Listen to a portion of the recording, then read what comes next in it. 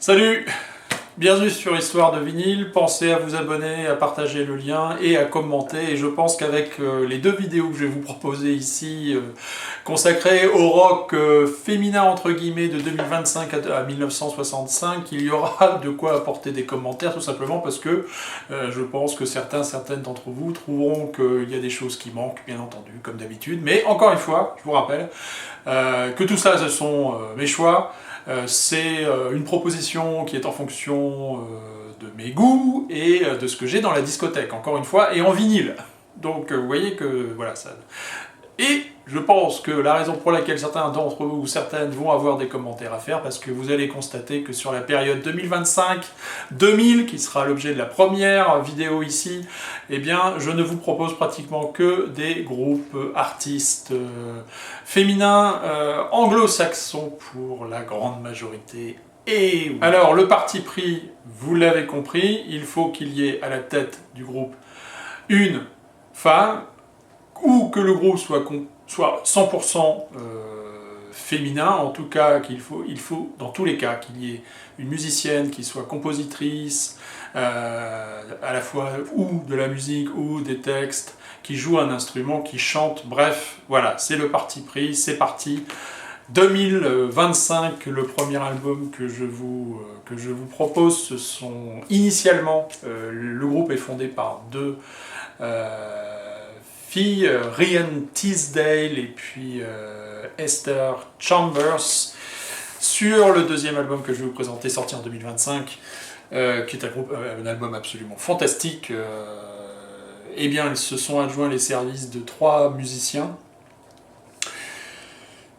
Quel style ici, clairement on est dans l'indie rock, voire le post-punk, et j'irais même jusque dans le shoegaze, puisqu'il y a au moins trois titres, hein. C'est Rhian Teasdale, la chanteuse et guitariste, qui imprègne un petit peu cette sonorité très très My Bloody Valentine, c'est-à-dire que sur au moins trois titres, elle a un jeu de guitare qui immanquablement vous fait penser à Kevin Shields sur Loveless par exemple. Voilà, c'est un superbe album qui semble-t-il remporte un certain succès. C'est leur deuxième album, je me répète. Bref, originaire de l'île de Wight, deux anglaises absolument fantastiques, superbe album. Voilà un autre groupe dont je vous ai déjà parlé, puisqu'il faisait partie de mes choix pour les 10 albums vinyles de l'année 2024. Ici, fondé par, à la tête, enfin disons, trois filles dans ce groupe. Marine DeBrice, qui était à la tête un petit peu du groupe. C'est Mannequin Pussy, I Got Heaven, qui est sorti en 2000. Donc 24 bien entendu, c'est un superbe album. Ici vous êtes dans l'indie rock, voire punk rock, avec une énergie tout à fait considérable. Je vous conseille vivement cet album, je l'avais déjà évoqué. Quelle énergie, quel punch sublime. Alors cette fois-ci, ça aussi je l'ai évoqué dans une vidéo qui était consacrée au rock japonais, Japan Vinilo. Je vous invite à fouiller dans les archives de la chaîne, bref. Tout cela, c'est tout à fait disponible sur la chaîne, consacré donc au rock japonais des années 60 jusqu'à aujourd'hui. Et j'avais évoqué ce groupe parce que j'aime beaucoup ce groupe, Chili Beans. C'est l'album éponyme c'est le premier album, je crois, de ce groupe de Tokyo, un trio féminin. Alors qui mêle des influences très variées, disons que ça peut être très péchu, très punk, rock, hein, encore une fois punk. Quand quand j'emploie ce terme, c'est pas le punk des années, la fin des années 70, hein, non, pas du tout. Disons que c'est très rythmé, mais il y a ce côté très sucré, je dirais, dans ce groupe, un peu poppy par moment, et c'est d'une fraîcheur incroyable. J'aime beaucoup Chili Beans, je vous invite éventuellement à découvrir si vous avez une appétence pour la musique japonaise. Alors c'est pas de la J-pop, hein, non, pas du tout, mais on a ce côté un petit peu poppy, voilà, qui est vraiment très très bien. Alors voilà un autre groupe que j'adore absolument, qui est originaire de Caroline du Nord, c'est le groupe Wednesday. Et à la tête de ce groupe, il y a Carly, qui est sur la pochette de cet album, Twin Plagues, Carly Hartzman, si je ne me trompe pas. Ici, c'est un groupe de 5, ils sont 2 filles, mais c'est surtout Carly Hartzman qui compose la plupart des titres, qui chante, qui joue de la guitare. C'est un album qui est extrêmement péchu.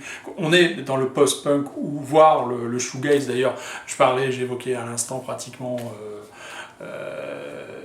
Wet Leg avec l'influence de My Bloody Valentine. Là, vous avez un titre, One More Last One, qui pourrait être sorti de Loveless, en fait. Hein. Alors, pas dans la voix, bien entendu, mais en tout cas, voilà, le style, c'est tout à fait... Voilà, on est dans le shoegaze version My Bloody Valentine, c'est un superbe album. Twin Plex, ils ont plusieurs albums à leur actif, au moins 4. J'ai des bêtises? Oui, bon, ça arrive. Bref, alors, suivant. J'ai quelques atomes crochus avec la Nouvelle-Zélande, tout simplement parce que j'ai étudié en Nouvelle-Zélande, puis voilà, j'y retourne régulièrement pour le travail, figurez-vous, voilà. Et Aldous Harding est une néo-zélandaise originaire de l'île du Sud, de la Nouvelle-Zélande, région Dunedin. Ici, elle est accompagnée par John Parrish, coproducteur ou producteur et musicien sur de nombreux albums. Par exemple de PJ Harvey. Alors, elle est où PJ Harvey? Ouais, ça va peut-être venir. Alors, ici, il l'accompagne également à la basse. Bien sûr, ici, on est dans le folk rock. C'est un superbe album. Warm Crease, absolument fantastique. Moi, J'adore Aldous Harding, je vous invite vivement à découvrir cet album qui est sorti en 2022 sur le célèbre label 4AD, bien sûr. Un autre groupe dont le premier album que je vous présente ici, j'aime beaucoup le suivant qui est Stump Work. Ici, la personne de front, alors c'est Florence Shaw, le groupe c'est Dry Cleaning. Et avec ce premier album, New Long Leg, qui est absolument fantastique. Alors là, il y a un contraste qui est marqué entre la voix de Florence Shaw, qui est quasiment monocorde, hein, très très basse, et qui décrit sur un ton et d'une façon extrêmement journalistique les événements de sa vie, ses relations aux autres, ses relations amoureuses ou pas, enfin bref, et tout est dit, et ça contraste avec la musique qui est d'une originalité, les musiciens sont tout à fait extraordinaires. Donc je vous invite vivement à découvrir Dry Cleaning, il semblerait, moi j'ai pas eu la chance de l'avoir en concert, j'ai des amis qui l'ont vu, ça marche moins bien en concert semble-t-il, c'est vrai que ce contraste entre un groupe qui a une musique qui est très originale, très péchue, très contrastée, et puis elle qui a ce ton extrêmement monocorde, bref, en tout cas en studio ça marche très très bien. Je vous ai dit les genres, je vous ai pas dit d'ailleurs, en fait les genres, bon là vous l'avez compris, nous sommes partis dans le rock, mais pas uniquement, hein, puisque j'aborderai au fil de l'eau tout un tas de styles musicaux, y compris le jazz, le blues bien entendu, et tellement d'artistes féminines dans le blues, dans la soul, dans le rhythm and blues, et dans le jazz bien entendu, et là je vous propose cet album qui est extraordinaire. Qui est un live qui est sorti en 2020 de Angel Bat Dawid and Brotherhood, qui est un live qui est enregistré en Allemagne, et il y a quelque chose, voilà, il y a un long texte qui, à la fois en anglais et en allemand, et qui explique en fait que ce live, cette tournée en Allemagne, voilà, elle a très très mal commencé, puisqu'elle a vivement ressenti à la fois qu'elle était là parce qu'elle était considérée comme une très grande artiste de jazz, mais aussi voilà, elle a ressenti du racisme, et ça c'est très... Voilà. Et donc il y a une espèce de rage, quand elle arrive lors de ce concert qui est enregistré, elle a une espèce de rage, et vous avez des musiciens tout à fait extraordinaires. Elle revendique clairement l'influence de Sun Ra. Alors quand je dis jazz, hein, c'est vraiment très très limitant, la contrainte dans ce genre, c'est très limitant. Elle est clarinettiste, elle a une voix incroyable, elle déclame, il y a une énergie dans ce groupe qui est tout à fait fantastique. Quel album, quel concert, que ce double album absolument fantastique. Elle se réclame de Sun Ra, d'ailleurs le premier titre de l'album c'est Enlightenment, enfin, du live de Sun Ra, et puis aussi d'Archichet dans son approche ethno-africaine, africanos futuriste, enfin bref, c'est tout à fait fantastique, voilà, à découvrir. Alors là, c'est beaucoup plus connu, cet artiste, bien entendu, qui est Fiona Apple, bien entendu, qui est une artiste qui a réalisé beaucoup d'albums, et celui-ci, Fetch The Bolt Cutters, alors on est dans un style totalement différent, là on est dans des titres beaucoup plus courts, plutôt intimistes, elle est pianiste de formation, si je me souviens bien, et donc il y a une approche qui est du côté de la folk, hein, c'est très clair, mais elle crée des ambiances et des mélodies qui sont absolument fantastiques, avec parfois des bruitages, des sonorités, c'est un superbe double album, qui de bout en bout vous êtes emporté, alors bien sûr là on n'est pas sur des rythmes accélérés, non, tout est très très très posé, c'est tout à fait fantastique, pour les mélodies, comme sur l'artiste suivante que je vais vous présenter, que j'adore, bien sûr, qui est Kate Lebon. Là c'est pareil, donc c'est des titres plutôt courts, tout à fait ciselés, des mélodies, c'est d'une beauté tout à fait extraordinaire. Kate Timothy, qui est une artiste galloise, et qui a fait partie d'un duo, peut-être encore d'ailleurs, vous me direz, avec Tim Presley. Le duo c'est Drinks, et elle chante parfois en gallois d'ailleurs. Alors sur cet album je suis pas certain, mais elle est connue en tout cas voilà. C'est une artiste donc qui est orientée. C'est vraiment limitant, encore une fois, côté folk, mais c'est tellement original, elle mêle effectivement des éléments d'électro, et puis les mélodies sont absolument fantastiques, je vous conseille vivement de découvrir Kate Lebon, ou Lebon, je ne sais pas son nom d'artiste ici, absolument fantastique. Voilà un autre groupe que j'aime beaucoup, new-yorkais, et là on est complètement dans le folk rock, dans l'indie folk rock, avec devant la personne de front, ici c'est Adrian Lenker, qui compose pas mal des titres avec... le groupe a été formé par Adrian Lenker, et puis je cherche le deuxième, c'est Buck Meek, voilà, qui l'accompagne. Alors là, ils sont 4, je crois, sur cet album.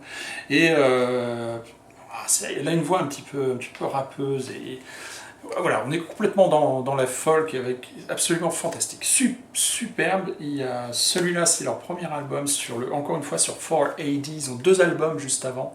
Cet album sort en 2019, si je ne dis pas de bêtises. D'ailleurs, j'ai plutôt une série d'albums qui sortent en 2019 là, à découvrir absolument. Si vous aimez l'indie folk rock, vous allez adorer Big Thief, absolument sublime. Alors, je vais peut-être vous surprendre avec l'artiste suivante, qui est Talia Barnett, de son vrai nom, mais aka FKA Twigs. Super. Alors cet album, c'est Magdalene, qui est sorti en 2019, avec une pochette des plus étranges. J'adore cet album. Alors originellement, elle est danseuse, hein, et elle a accompagné des groupes sur scène. Voilà. Et puis elle a décidé de passer à la composition, et on est dans des ambiances extrêmement éthérées, tranquilles. Clairement, les influences sont du côté de la trip-hop pour moi. Mais alors, une voix tout à fait extraordinaire. Tout est très très très tranquille, très doux, et toutes les compositions sont absolument fantastiques. Écoutez, le premier morceau sur cet album, il est une espèce de quelque chose d'assez sombre, presque moyenâgeux. Et donc, les instruments principalement, voilà, on est dans les... c'est pas de l'électro, mais bon, ouais, je pense que vous avez compris un petit peu ce que je veux dire. Côté de la trip-hop, bien sûr, soul un petit peu, rhythm and blues pas vraiment, dans le sens pas trop rythmé quand même, mais vraiment superbe. Alors là, peut-être encore une fois, je vais vous surprendre, mais c'est ma fille aînée qui m'a fait découvrir, bien sûr, Billie Eilish. Avec ce premier album, elle a 18 ans, hein, je crois que quand cet album sort, donc il est de 2019 aussi, elle doit avoir 18 ans. C'est un succès immédiat. En 2000, je crois que c'est pour une artiste aussi jeune, je crois que c'est elle qui a fait exploser les charts avec cet album, bien sûr. When we all fall asleep, where do we go? Et moi je m'excuse, mais je trouve les textes, la musique, bien sûr, il y a le fameux Bad Guy, voilà, qui est composé par son frère intégralement, Phineas O'Connell, qui participe, qui l'accompagne sur scène également. Elle a des engagements politiques, elle est militante, et ça transparaît dans ses textes, bien sûr, des préoccupations liées à l'environnement, au réchauffement climatique aussi, voilà, la position des femmes, bref, donc absolument fantastique, superbe album, premier album de Billie Eilish. C'est une des grandes vedettes stars, bien sûr aux États-Unis, mais là je veux dire c'est un album absolument, moi j'adore là aussi. Tout est tout à fait excellent. Bref, autre artiste tout à fait extraordinaire également, eh bien c'est Sharon Van Etten.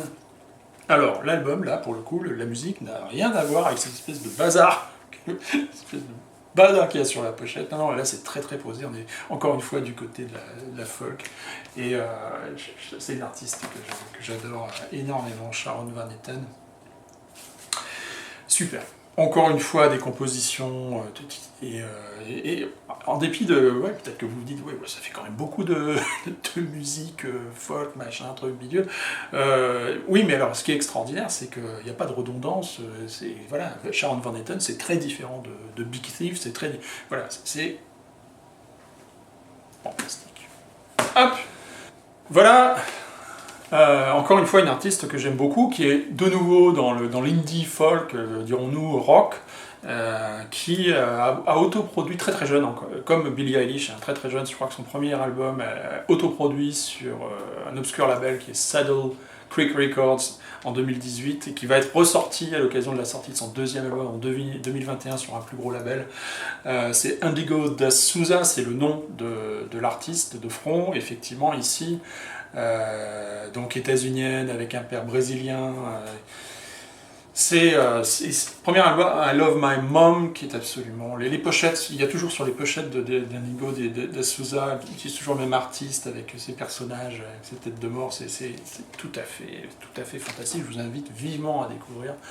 On est encore une fois du côté de l'indie folk rock, mais waouh, super. Elle, beaucoup plus connue, que j'ai déjà évoquée dans la vidéo consacrée à la musique au rock au Canada, Canada Rocks, encore une fois, si vous êtes curieux, curieuse, allez voir sur la chaîne, si vous avez donc des années 60 jusqu'à aujourd'hui, et j'ai évoqué cet artiste, bien entendu, qui est Leslie Feist, ou Feist.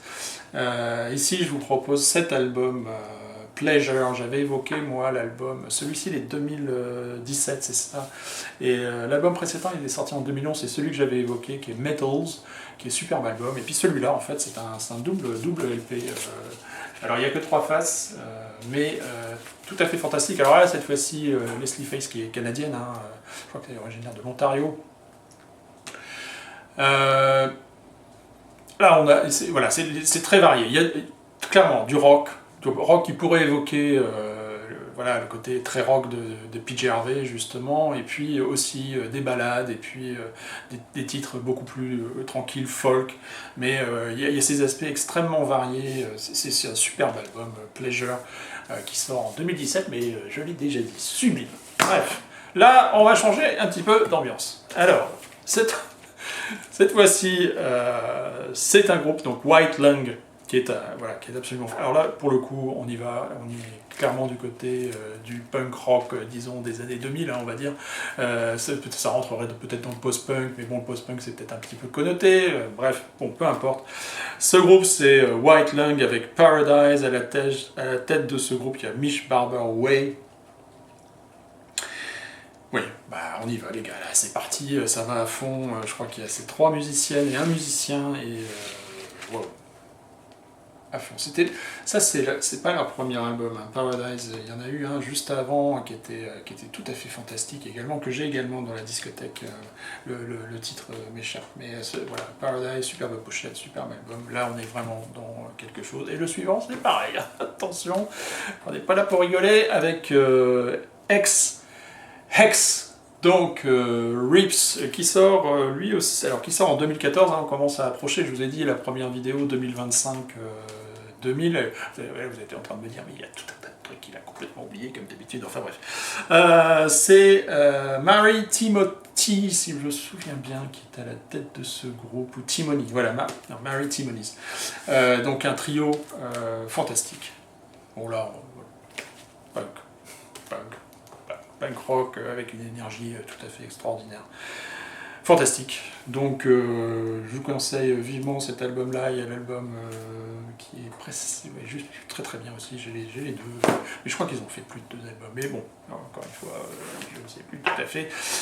Bien sûr, un groupe états-unien. Alors là, pareil. Là, c'est New York. Mise en garde. Mise en garde, c'est le projet solo de Margaret Chardiet, ou Chardiet. Cet album sort en 2013, c'est Pharmakon, le nom de ce projet solo. C'est une artiste clairement qui est dans l'avant-garde, l'indus, l'expérimental, avec des aspects très électro, et puis des ambiances que le titre le nom du groupe reflète assez bien, c'est-à-dire le Pharmakon ou Pharmakon, pour ceux peut-être parmi vous qui ont fait des études de pharmacie, je ne sais pas. C'est à la fois selon les doses, une molécule que si vous la prenez, c'est un poison, ou bien c'est un remède. Et puis Pharmakon, c'est aussi les personnes sacrifiées pour expier les fautes d'un autre ou d'une autre. Bref, victime expiatoire. Voilà, vous êtes quand même dans cette ambiance un petit peu... ça, voilà, apparemment, elle pousse des cris, mais c'est passionnant. Oui, moi j'adore. Et sur le sublime label Sucker Bones Records, encore une fois, quel label incroyable. Bref. J'ai le suivant également, donc là celui-là c'est Abandon qui sort en 2013, voilà, c'est un super... Mais encore une fois, je vous ai mis en garde, c'est très très particulier. Il faut avoir les oreilles voilà, ouvertes, c'est le moins qu'on puisse dire. Là, beaucoup plus facile d'aborder cette artiste, encore une fois, canadienne, que j'ai déjà évoquée également, qui est Sarah Neufeld, qui accompagne et qui continue, qui a accompagné en tout cas Arcade Fire, et puis qui a été son compagnon avec Colin Stetson, le saxophoniste, bref. Superbe album sur l'excellent label Constellation. J'ai eu la chance de les voir tous les deux, Sarah Neufeld et puis Colin Stetson. Donc là, effectivement, l'approche, ces violons avec ces ambiances très... ces espèces de nappes de violon, mais alors il n'y a rien de... c'est pas... voilà, non, c'est pas New Age, voilà. C'est ce que je cherchais, non, pas du tout. C'est une approche un petit peu qui va vers le post-rock, mais... super. Sarah Neufeld, Colin Stetson participe à l'enregistrement de cet album, et je ne sais plus si c'est son seul album solo, je me souviens pas. Alors là, Camille Berthomier, bah si, quand même, il y a une artiste, vous allez dire, oui, parce que là, il n'y a que des anglo-saxons.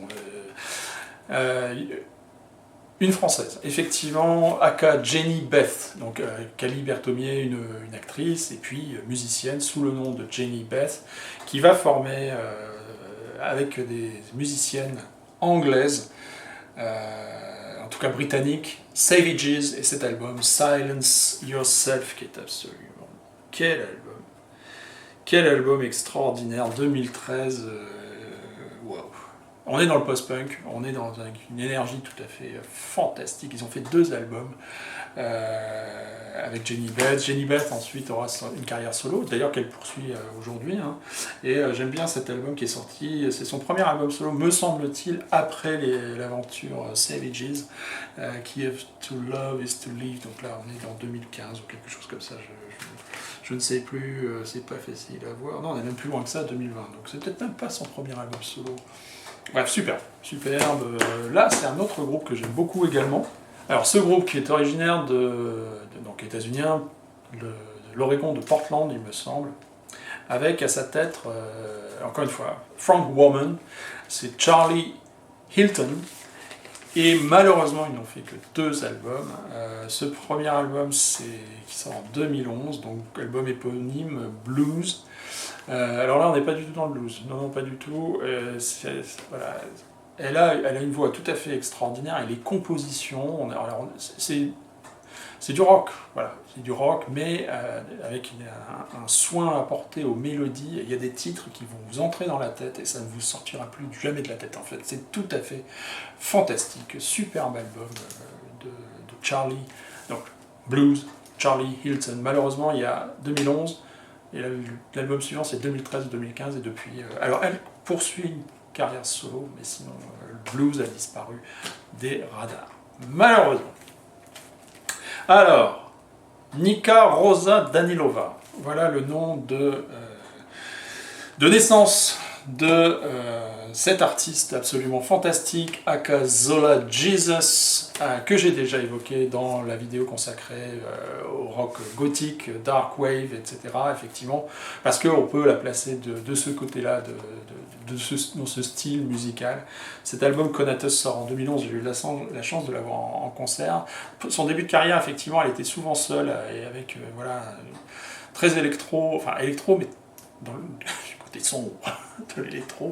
Et puis, moi je l'ai vu avec plusieurs musiciens, dont violoncellistes, etc. Et là, tout à fait, alors, ça reste dans ces ambiances extrêmement dark wave, gothique, et alors que la pochette voilà, semble pas l'indiquer, mais c'est un superbe album. Conatus, elle a plusieurs... j'ai dû évoquer un ou deux autres albums de Zola Jesus, j'aime beaucoup. J'ai eu la chance de l'avoir, je l'ai déjà dit, en concert en 2014, bref, bon, peu importe. Alors, des Britanniques. C'est le groupe Electric Lane, encore une fois, qui a été actif de 2000 à 2012, qui ont sorti un petit nombre d'albums. Je ne vais pas dire de bêtises, je crois qu'il n'y a que 4 albums qui sont sortis dans cette période. Donc Axis, de toute façon ils sont séparés en 2012, produit par Steve Albini, guitariste de Shellac, grand producteur, décédé l'année dernière, je crois. C'est un super... Alors c'est vrai que leurs deux premiers albums, ils sont plutôt instrumentaux, le premier. Là, pareil, j'ai eu la chance de les voir sur scène, et voilà, il y a une pêche, c'est un groupe unique, 100% féminin, 4 musiciens. Dans leur dernière incarnation, je crois qu'ils sont plus que 3. Il y a une superbe reprise sur cet album, Axis, du Partisan, The Partisan de Leonard Cohen. Wow. Enfin, dans la version de Leonard Cohen. Bref. Super. C'est du rock. Voilà. C'est du rock britannique. Première décennie 2000, tout à fait fantastique. À découvrir absolument. Là, c'est plus connu. Surtout récemment. C'est-à-dire, moi j'ai eu la chance de découvrir cette artiste, Charlene Marshall, dans une compilation de 1999 du label Matador, que j'ai peut-être déjà évoqué, c'était un triple CD. C'est Cat Power. Donc, aka Charlene Marshall, et là vous êtes... Donc, en fait, elle a commencé à enregistrer sous l'impulsion de Steven Shelley, le batteur de Sonic Youth.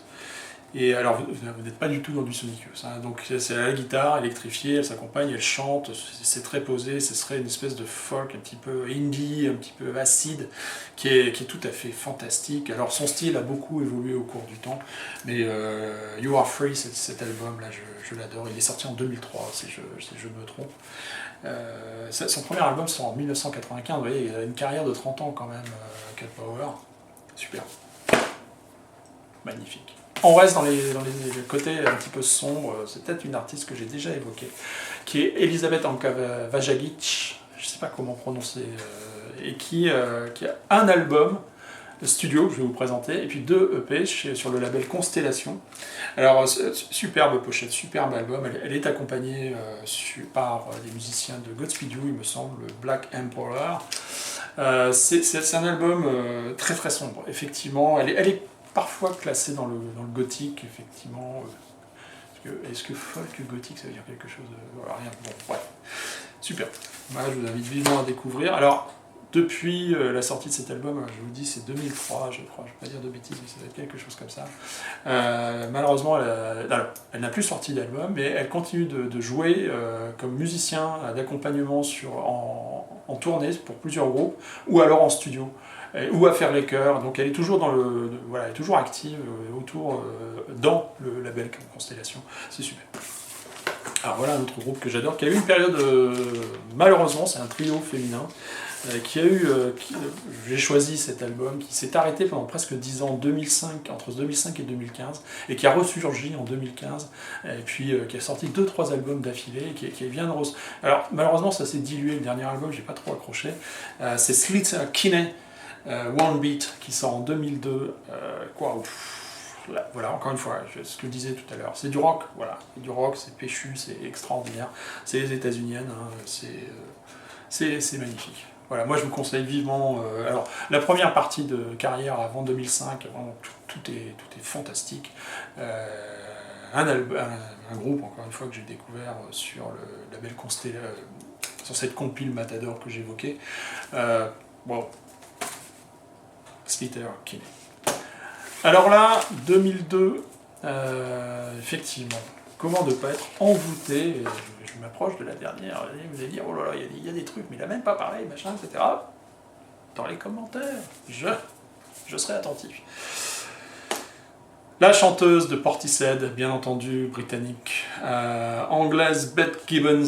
J'ai choisi cet album, c'est vrai qu'elle en a sorti un récemment, qui est très bien d'ailleurs. Out of Season avec Rustin Mann, si je me souviens bien, c'est musicien de Talking Heads. Oh, vous me corrigerez. En tout cas, ça c'est un superbe album. Elle est rare, effectivement, Beth Gibbons. J'ai adoré aussi, elle a participé à un projet où elle chante en polonais, accompagnée d'un orchestre symphonique de Pologne. C'est absolument fantastique. Bref. Et cette voix tout à fait extraordinaire. Beth Gibbons, fantastique. Superbe album, Out of Season 2002. Et je termine. J'étais long. Vince, il est toujours long de toute façon. Alors, bien sûr, incontournable. J'aurais pu en sortir plein. Entre 2000 et puis 2025, évidemment. Est-ce qu'il y a un album qu'on peut écarter?